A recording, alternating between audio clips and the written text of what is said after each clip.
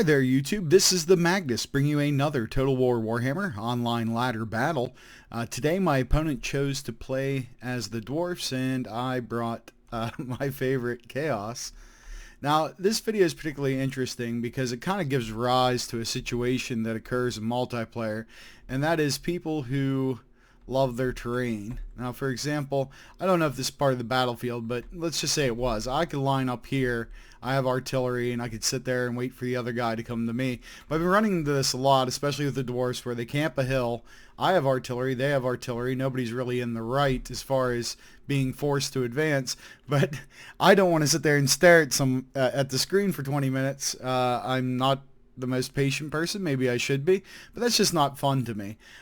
So anyways, I'm not saying there's anything wrong with what this guy did or calling anybody out or anything like that, but I do think it's an issue in the game where, there's people who I think are far higher rated than they should be because they do things like this, but hopefully that won't stop us. So immediately I'm going to tell my artillery to go up and move into range, and that's going to take a little while. I'm also going to advance my main body here, and I'm going to bring my flying units up to scout around a bit. Now, I forgot to cover compositions. Look at me. You think this is my first time through. Chaos Warriors with great weapons. I've got 4 of them. I have 3 aspiring champions.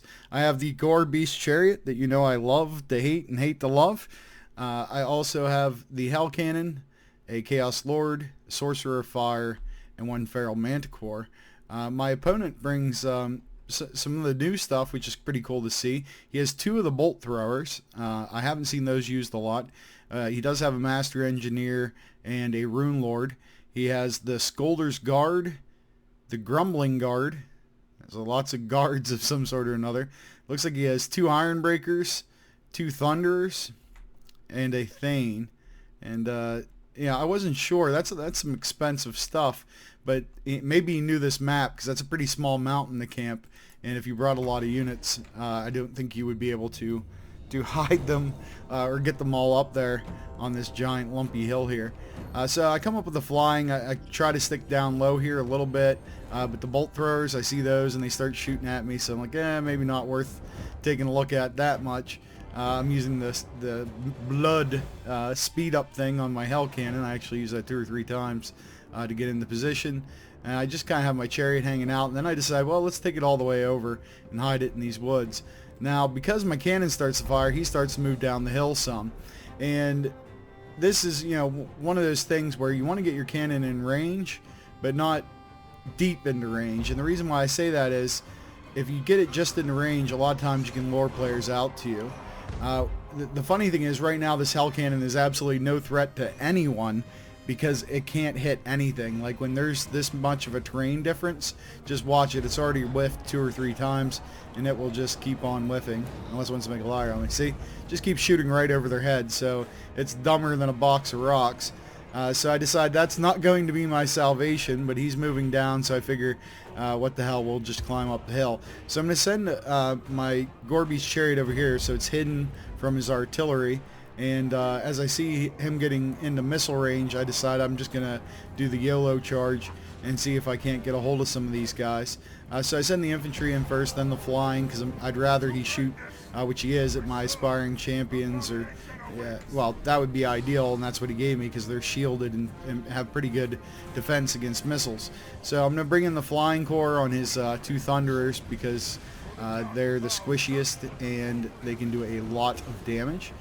So very quickly, these guys are going to get chewed up pretty nasty. They're brave, don't get me wrong, but they're going to get chewed up pretty bad. He's going to use his blasting charges, which against the Chaos Feral Manticore, it misses, as you can see. And yeah, not a real good target for them, but if you have them on fire at will, they're going to do stuff like that too.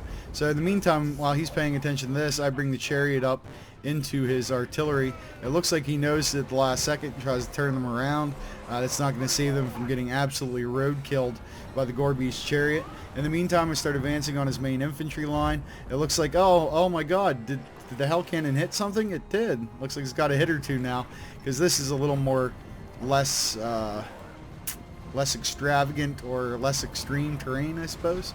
Now I'm going to send the flying up to knock out the other bolt thrower so that once the chariot's finished, they can come charging downhill, because that just sounds like fun to me.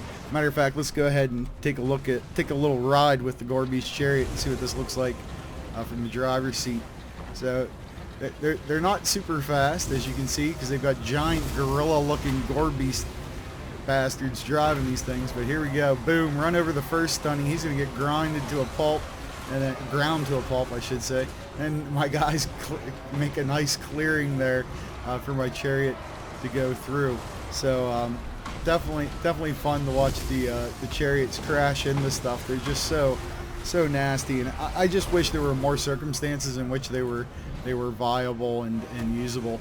So as you can see from how the battlefield's developing here, things are pretty well in my favor. I'm just picking away at missile units, and I picked away at his bolt throwers. I'm just trying to take away all of his damage potential, and then we'll deal with these high health, super defensive dwarf lords and heroes. So over here, the flyers are getting into the Scolder Guard. The Rune of Negation is going to help them hang in there, on top of the fact that they're already Iron Drakes, so they're pretty defensive. Meanwhile, down here, his Ironbreakers are holding out as much as they can. In the center, we finally broke the Grumbling Guard, which is going to, if it flees, these guys are not going to get that replenishment anymore. They won't be in range. So that's a good thing. I'll let the Feral Manticore chase that Thunderer. I see these Thunderers have returned while I'm coming in for a splash on the Ironbreaker.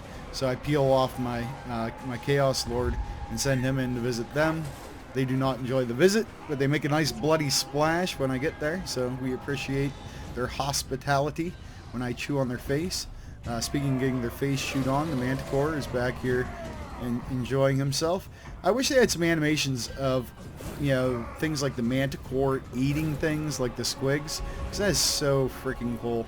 Like, I love watching the squigs eat things. Here comes the chariot. I'm still moving it around. It's got 38 kills. For a small dwarf army, I'd say that's not bad. He's racking them up as we speak. Over 40 now.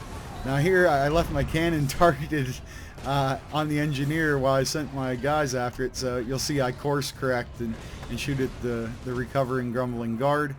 His Thane has had just about enough, and now I'm going to try to pal on his Rune Lord, so get a nice triple charge, but then he's going to put down the Rune of Oath of Steel and two other runes, one other rune in Stand Your Ground, which is going to make him very, very tanky for a period of time here. So we're going to hammer on him a bit, but I had my flying guys fly out. They're going to come in for a fresh charge now that he's fresh out of runes and skills and whatnot. You're going to see he's going to take a lot more damage off these charges than he did the previous ones, if I can keep my cursor on. But yeah, there you see, he dropped over 400. Elsewhere, the Gore-Beast chariot is still rocking and rolling at 45 kills. I keep trying to get it up the hill and get it to come down the hill a little bit, but it's not feeling it. It's tired out, as you can see with it's extremely exhausted, and the damage sustained. They're just winding down a bit. And right now, I just pull in everything on the Rune Lord. I just want to pound him down as quickly as possible. I use the Flaming Sword of Ruin to put some magical damage down, and the bonus damage just to try to kill this guy. Got to get rid of him. There goes the Gore-Beast chariot. He's having fun with the Scolder Guard. Gets up to 50 kills. Happy as can be. Looks like what's going down here? Another one of his runes, the Rune of Oath and Steel. So he's still popping those, but the Rune Lord won't be popping anything anymore because he is dead. So now the primary target's the Rune Smith. But as you can see, after watching the Rune Lord get wasted like that, it's going to end in a decisive victory for our friends Chaos. Not that Chaos is anyone's friend. So let's take a look at the tail of the tape. Not a lot of kills to go around because of his small army, but 41 for the Hell Cannon, and it ranked up, so eventually it must have done some good. It certainly didn't at the beginning of the fight. The Gore-Beast chariot had the most kills with 53, so go Gore-Beast, and you ranked up. Congratulations to your very nasty, cool-looking self. The Feral Manticore and my flying crew did well, and the infantry was all serviceable, and some of them even barely took any damage. Taking a look at my opponent's army, not a lot of kills to go around, but he did bring some cool stuff, and I want to say good game to my opponent. And I like people that try new and different things. You know, my build here is not some standard cookie cutter build. I don't think there even is such a thing for Warriors of Chaos. So I appreciate other people that are unique, that are trying new things. I don't appreciate you camping on a giant mountain, but I get it.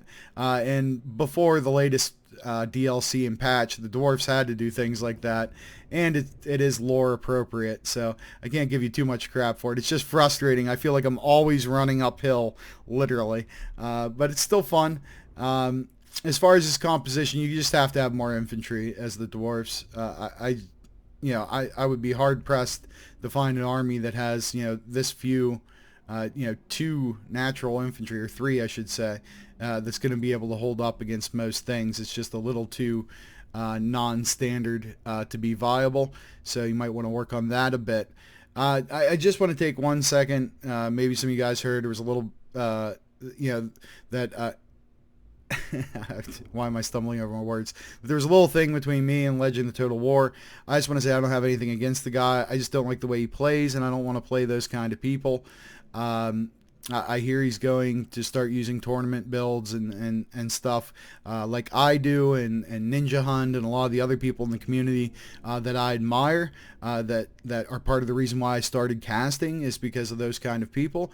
And that part of the community I think is fantastic. Stay away from things like playing 18 squigs or 8 cavalry, or just all, one kind of unit and stuff like that. It's not fun for the people you're playing against, and it might get you a couple of wins from people who are prepared for a balanced army, but then people are going to do it to you, and you're going to come across somebody that brings a bunch of gyrocopters, and you're just going to have land units, and you're either going to have to give up or spend 20 minutes hiding in the woods, waiting for him to run out of ammunition, hoping a few of your units survive. And that kind of thing, it's just not fun. And this is a game. I mean, sure, it's competitive, but remember, you want to have fun, and probably the person on the other side does too. And that doesn't mean letting anybody win. I play to win, and I think you guys know that. But it does mean being kind of respectful about how you play. And that's not for everyone. If other people want to play other ways, good for them. I'm happy for them. I just don't want to participate, and I also don't want to participate in any YouTube drama. I have a real life that I'm very happy with, and it brings stress, and I don't do this for stress. I do this for fun. So that will be the last you hear me say about this, and I'd appreciate it if all my followers just, if you guys just stayed out of it.